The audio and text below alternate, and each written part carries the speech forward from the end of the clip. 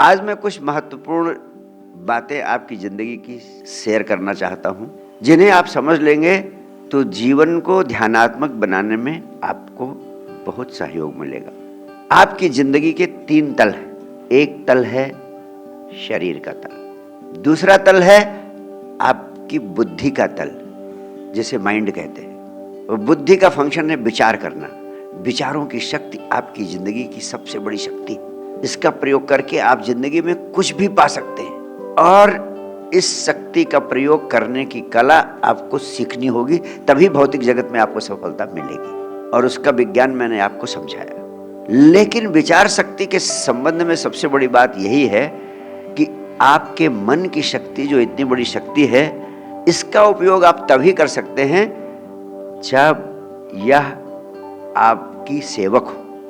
जब ये आपकी मालिक बन जाती है, तब दुनिया भर के उपद्रव कराने लगती है। आप अपने मूल स्वभाव के विपरीत तमाम सारे काम करने लगते हैं। तो आपके मन की शक्ति, आपके बुद्धि की शक्ति, आपके विचारों की शक्ति अगर आपका सेवक बन जाए, आपकी सेवा में लग जाए, आप उसको सेवा में लगा दें, तब तो उसकी उपयोगिता है।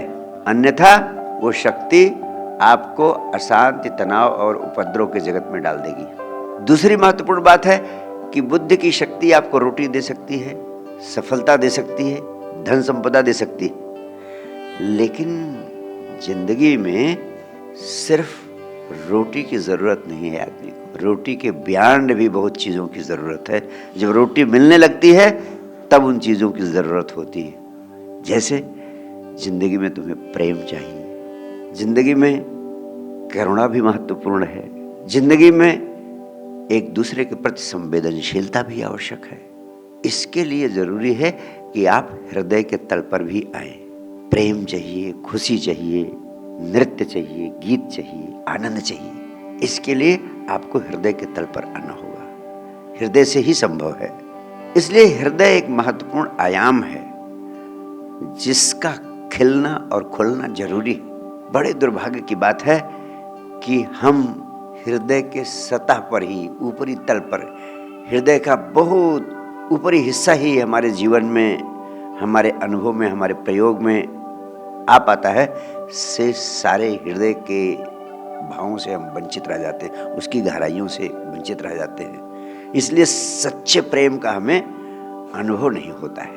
और इससे भी ज़्यादा महत्वपूर्ण तल है, जिसे हम कहते हैं आपका अंतस, जिसे हम कहते हैं आपके जीवन का केंद्र, जिसे हम कहते हैं आपकी बीइंग। वो हृदय से भी गहरा तल है, जो केंद्र है आपका, जहां आपकी चेतना रहती है, जो आपकी चेतना का तल है, जिसे हम आत्मा कहते हैं। उस तल से तो कोई संपर्क, कोई संबंध आपका होता ही नहीं। इसलिए आपका जो आंतरिक विकास है, जो आपकी संभावना है खिलने की, गुलाब का फूल बिना खिले रह जाता है।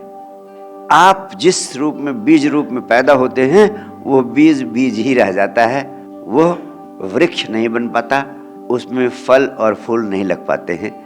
सारे मनुष्य का जीवन यही है। वह सामान्यतः पशु से 5% ऊपर जीता है, इससे अधिक नहीं, क्योंकि उसे चेतना उपलब्ध है।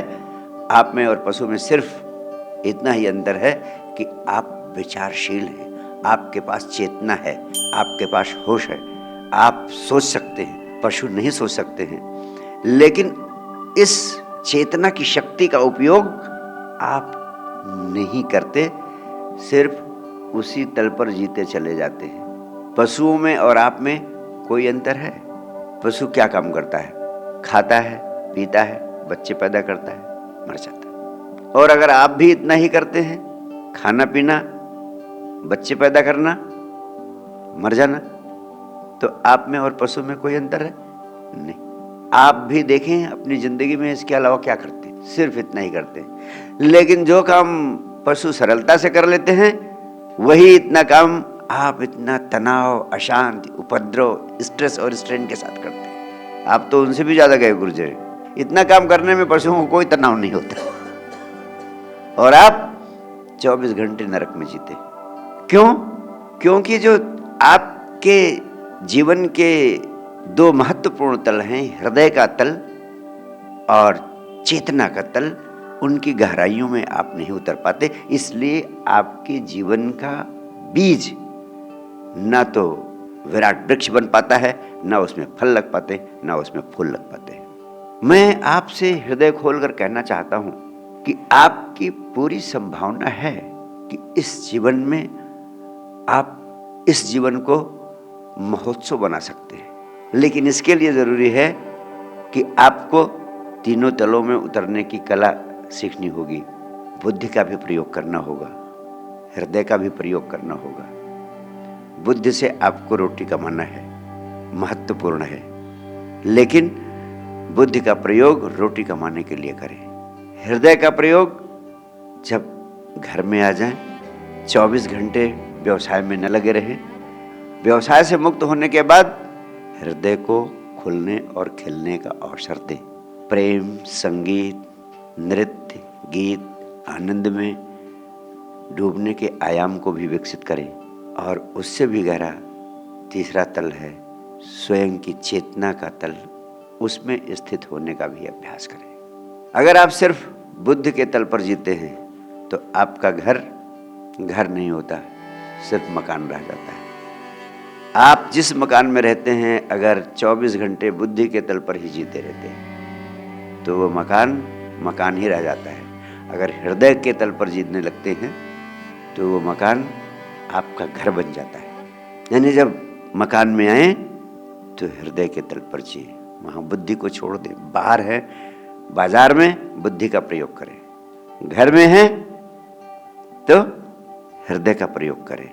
और उसी घर में जब आप रहते हैं और 1 घंटे का समय निकाल लेते हैं, अपनी चेतना में भी स्थित होने का अभ्यास करते हैं, तो वो घर मंदिर बन जाता है। मैं चाहता हूँ कि आपका मकान सिर्फ मकान ही नहीं रहे, आपका घर बन जाए, आपका मंदिर बन जाए, ताकि बाहर के मंदिर की आवश्यकता ही न रह जाए।